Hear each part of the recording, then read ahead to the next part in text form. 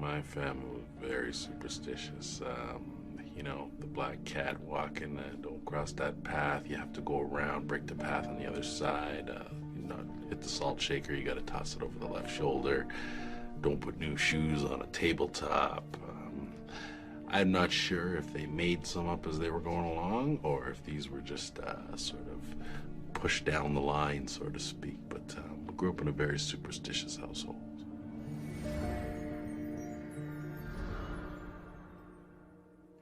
Growing up ghostly. What would it do to you if you saw ghosts when you were still in your formative years? Hello, I'm Lawrence Chow. Welcome to Ghostly Encounters. Today we'll hear two supernatural stories that began in childhood. We'll look at those things in our upbringing that shaped the way we would respond if we ever thought we'd seen a ghost. When they felt they'd stumbled onto the spirit world, Lance Wynn and Leslie LaRocque's reactions ranged from acceptance to absolute terror. For Lance, a calm response came from a childhood spent in the warmth of a large, extended, and superstitious family. We used to live in an old house in Kensington Market. And my grandmother, of course, she had 10 kids, so we obviously had a big family. We lived there for one generation, but prior to that, it was actually one of the original houses built in Kensington Market. I remember a lot of cold spots in the house. A lot of footsteps and creaky stairs. Now, mind you, I was young and it's a busy house, but I know that house always had weird feelings. I remember being 4 years old and walking upstairs to bed by myself, and that because our staircase, of course, you went up the first staircase, had to make the sharp left around the rail to go up to the next staircase. Well, that bedroom that I didn't like was directly at the top of the stairs. So I knew that every time I went up to bed, it made me feel like nothing else did. You know that feeling you have when you walk into a place you've never been before? Well, you take that and you feel like that every time you walk into the room. That's a bit odd. I remember getting to the top of the stairs and I was barefoot and I could feel this cold breeze come right across my feet.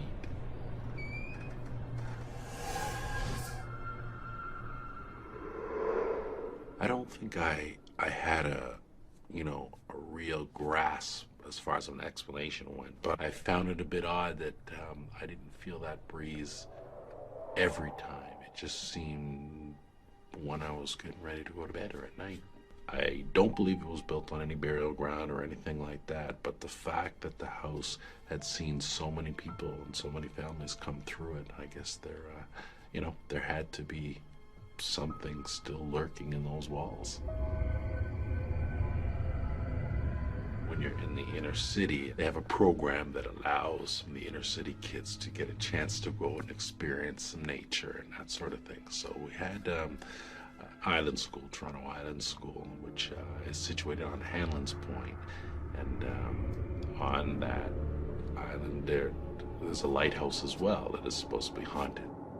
So the teacher takes us to the lighthouse. While we're on our way, she's telling us the story of the innkeeper, J.P. Radimal, who was the first innkeeper who was brutally murdered by some drunken soldiers for not giving up his beer.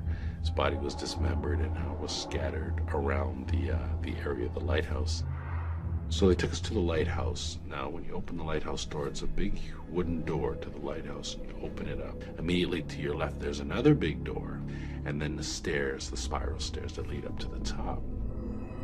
Well, I think the story that initially scared us was the fact that not only does J.P. Radmuller apparently walk the islands at night, but apparently one of the caretaker in charge opened this door that was immediately adjacent when walking the lighthouse, and what he saw inside scared him so much, turned this young 20-year-old dark-haired guy, turned his hair totally white, and he apparently never spoke again.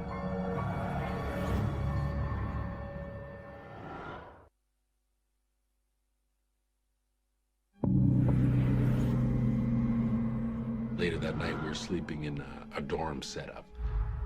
1 or 2 in the morning, I wake up. I look around, and of course, no one's awake. Everyone's sound asleep. So I get up. But as I'm walking to the bathroom, I can hear the water running, and I hear someone's in there. So immediately I'm thinking, oh, well, that's someone else is up too. Well, that's good. Well, I walk into the washroom, and the first thing I see is caretaker. He's at the far end, and he's mopping the floor. I said to him, hi, and he said, hi, you're up pretty late. And I said, yeah.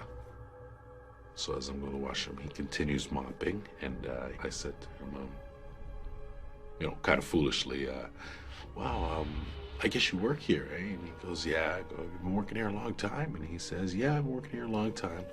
And I said, wow. And I said, have you ever been to the lighthouse? And I think to this day, I've never had anyone look at me quite the way this guy looked at me. It was fear, shock, all rolled up into one. He glared right at me, never took his eyes off me, put the mop down, and walked out the whole time looking at me as he walked by me. So that's fine. So he left, and I proceeded on my way and went back to bed. Well, the next morning we're around in the yard, and we're getting ready to leave. And I say to one of the teachers, I said, miss, I saw the caretaker with the white hair. She said, let me check with the head caretaker to see who you might be referring to. They walk back over to me, and he says to me now, he says, what caretaker did you see? And I said, young guy, white hair, he had on blue overalls, and, was mopping the floor. And he goes, we don't have anyone with white hair, or actually anyone on staff other than me at this time. I was the only guy on staff, he said. But something strange did happen, was that this morning when I went to do my rounds, I went to go for my mop and pail, and it wasn't in the storage room where it usually is. And he said, I found it in the washroom. So, did I see a ghost? I don't know. And then I started thinking, did I dream it? No, I don't sleepwalk. I'm a light sleeper. Could I recognize this guy's face? Yes, definitely. Did he have white hair? Yeah. And I'm thinking, did I hear a door close? No. Did I even hear footsteps, although I can remember him wearing work boots? No, actually. I found it to be a little creepier later on, when you start putting the pieces together as to, what I might have seen.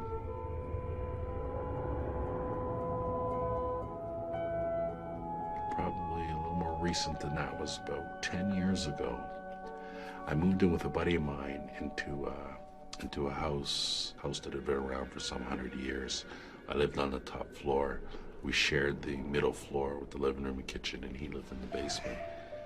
And in order to get to my bedroom, you had to walk up the stairs and then walk down the hallway. Well, on a couple of occasions, because I'm such a light sleeper, I would always hear footsteps coming to my door. Stop.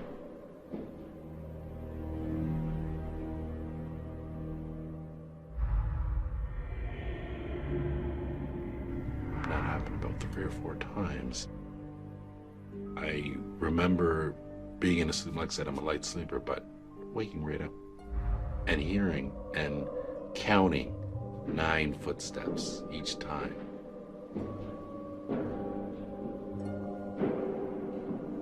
It was just coincidental. One night, my roommate and I were coming back home, and there was a young guy, and he was standing outside of our house looking at it. And we pulled up, and he said, hey, you guys live here? And I said, yeah. He said, who sleeps upstairs in that bedroom? And I said, I do. He said, have you heard any strange noises? And I said, as a matter of fact, I have heard a few. He said, well, because, my mother, she committed suicide in that bedroom. She hung herself. Wow, I never heard any footsteps after that. But I think just hearing that made me a little leery, and I won't say scared, but I don't think I slept as soundly after that as I did prior to that. That explained quite a bit, and I think I always came to the conclusion that I don't mind living with a ghost, providing it's a pleasant ghost. That's my only requirement, so. Why could Lance see what he saw? Certainly his superstitious family helped open him up to the possibility of ghosts. But our experts also note that both his childhood encounters took place in historically and psychically charged places, an old house that has seen many souls pass through its doors, and a famous murder scene.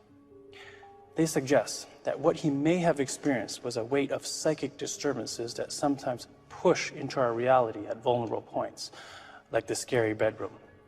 Maybe the occurrences didn't frighten Lance because they related more to the location than to him specifically. As a child, Leslie LaRock didn't know about her own family's psychic background, but she was still fascinated by the supernatural from a young age. I was very interested in reading about ghosts before anything had ever happened to me. And that was from an age of 7, maybe. I knew all about what they were, but I was like, how could this be? And then it happened.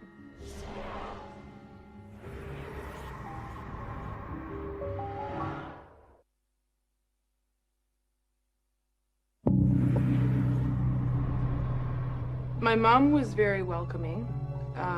Like, she was there with me the first time something happened. My dad was very disbelieving and very, oh my God. He still doesn't really believe, even though it just came out in the past year that his mother was a psychic, supposedly. So, and I'm just finding out now that she used to read people on the streets tarot cards and see ghosts and whatever else. Though Leslie was interested in the spirit world, nobody else in her house was. So at age 9, when the ghosts she'd been reading about seemed to leap off the pages of her beloved books, it was difficult for her to deal with the fallout. I've always been scared of the dark. I slept with a nightlight for most of my childhood, teens, early teens, whatever.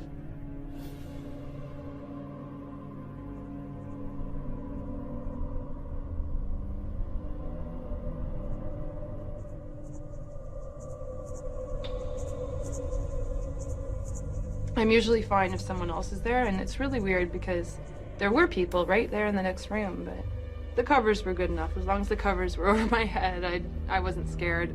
They're a protection for me, like, as long as I can't see it. Even if I can hear it or feel it, I can't see it, so that feels a little bit more protective. Yeah, I've always just, from a young age, been scared, and then that thing happened to me when I was 9, and since then I've always been scared. I just turned 9 and it was Christmas time, and we had gone to Mackenzie House, my mother, my sister, and I, and we were all in the living room part of the house, and there was what's called a kissing bough, and I just remember being bored and learning about, oh yeah, they had this kissing bough and people used to stand under it. That's the last thing I remember her saying before I wandered off. And I wandered off into the hallway by myself, and I looked up the stairs, and there was just this lady just kind of hanging there. And she was up on the landing, and she looks like she was sitting, but there's nothing to sit on.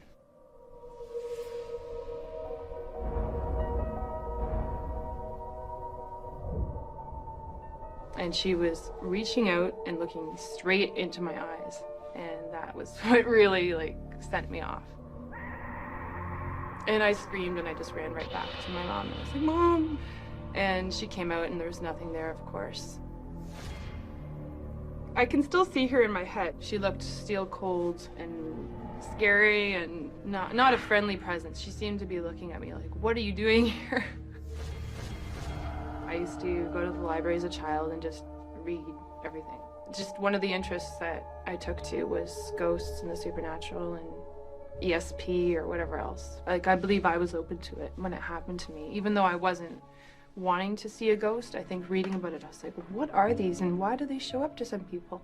you know, I think it's half of people. I read some statistic that half of people believe and half don't.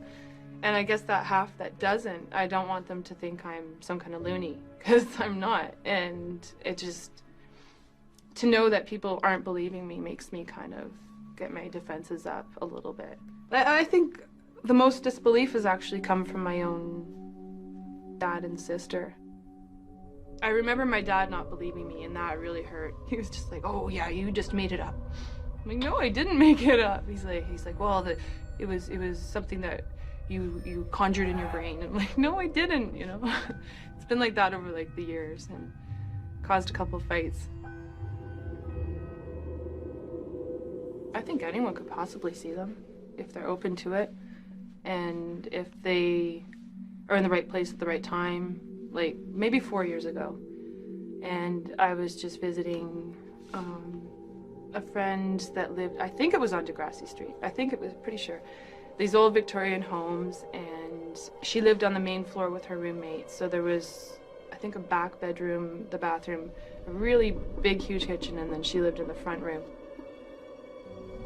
And I went to the washroom, and I was just washing my hands, and I looked into the mirror, and I saw a white, when I say figure, it just looked like a white fuzzy thing to me. Passed by in the window behind me, and just kind of like that, as if it was walking by. And then I was just like, oh, not again. And I think at this point I was just like, I don't want to see any more ghosts. I don't want anything more to happen to me. I'm done with it.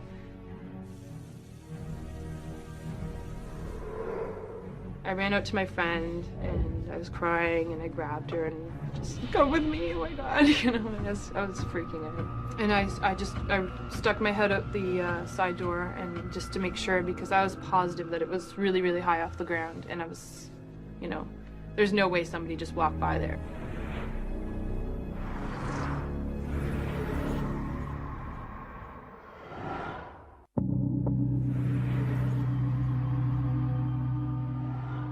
There's no way somebody just walked by there. It would have made the person like 9 feet tall or something. Was it a cloud? Like, I was thinking maybe it was a cloud. There's no way it's a cloud. It's like late at night, and it's like totally like solid white kind of, even though it was see-through, it was solid. I mean, they can't hurt you, is like, I think later, but during the time when it happens, it's just a shock. Like, you're not expecting it at all. I definitely think seeing the ghost made me realize there's something beyond. But not only that, like, what is a ghost doing? You know, what realm are they in? And, you know, I don't want to be a ghost. I don't want to become a spirit. I want to hopefully go on to the real afterlife. One night when I was in a cottage in the summer, I guess, I don't know what happened, but we hadn't yet gone to sleep. All of a sudden, clang, clang, things were being moved around, all this stuff out in the kitchen. And the door was closed, and we're just like, oh my God, what's going on out there? And then my friend was convinced it was my other friend who was in the other bedroom with her boyfriend in the kitchen. We're just like, oh my God, yeah, was it her? Should we like go look, you know? And I think we waited until the noise had stopped for a couple minutes because we were too scared. And then I opened the door and there's nobody there. And then that's when I went right out and I was just like, you know, where are you? Like, to my friend. And I went to her room and I was like, were you just in the kitchen? And she's like, no. And I was like, oh my God. And yeah, so I just went back to bed. I don't think I'm as scared the older I get.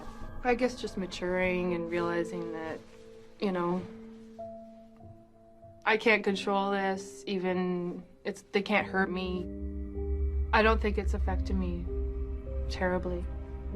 And I wouldn't say I'm terribly scared of something else happening, but I just don't want it to keep happening. It's still quite scary, but I'm willing to confront it. I'm willing to. And that's another thing, I guess, seeing these things or having these things happen to me, I think it's made me a lot more brave. That's a positive thing.